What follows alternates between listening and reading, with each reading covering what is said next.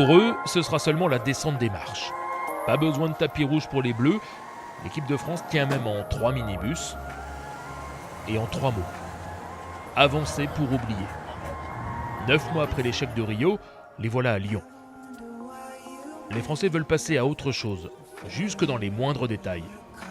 Les tongs officiels des JO, par exemple, ce n'est plus vraiment tendance. Les fois que je les mets, ça me fait mal au cœur.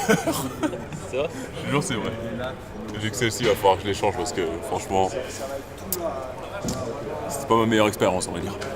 Il va falloir que je les jette. Je vais pas les garder longtemps, celles-ci. Au pays du rugby et du foot, certains se demandaient si l'intérêt pour le volley allait retomber après les JO. Eh bien, dès le premier match, mercredi soir face à l'Islande, on a eu un début de réponse. Devant 3000 personnes, les Bleus s'imposent 3-0. Et dans la foulée, leurs adversaires vont même leur demander une photo souvenir.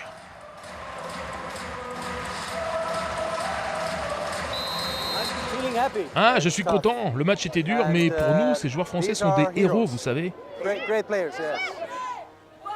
Des héros pour les Islandais ou plus simplement des joueurs de talent, attendus par des dizaines de supporters à la sortie de la salle. Si besoin, voilà les Français rassurés sur leur cote de sympathie après les Jeux.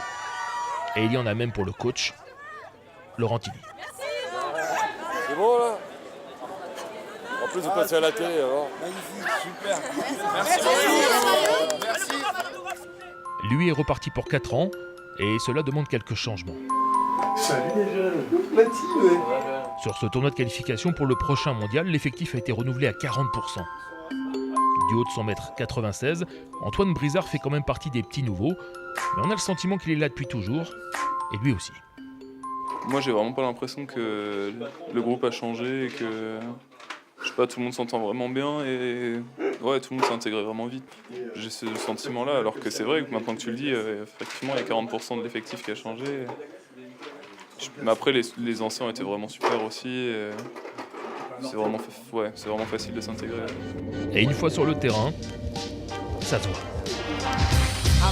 Laurent Tilly a fait tourner, il a fait jouer tout le monde et le score ne change jamais. Des victoires 3-0 lors des 4 premiers matchs, face, c'est vrai, à des équipes très abordables pour les Bleus. Les jeunes assurent, premier pari réussi pour Laurent Tilly, en attendant le match décisif du dimanche.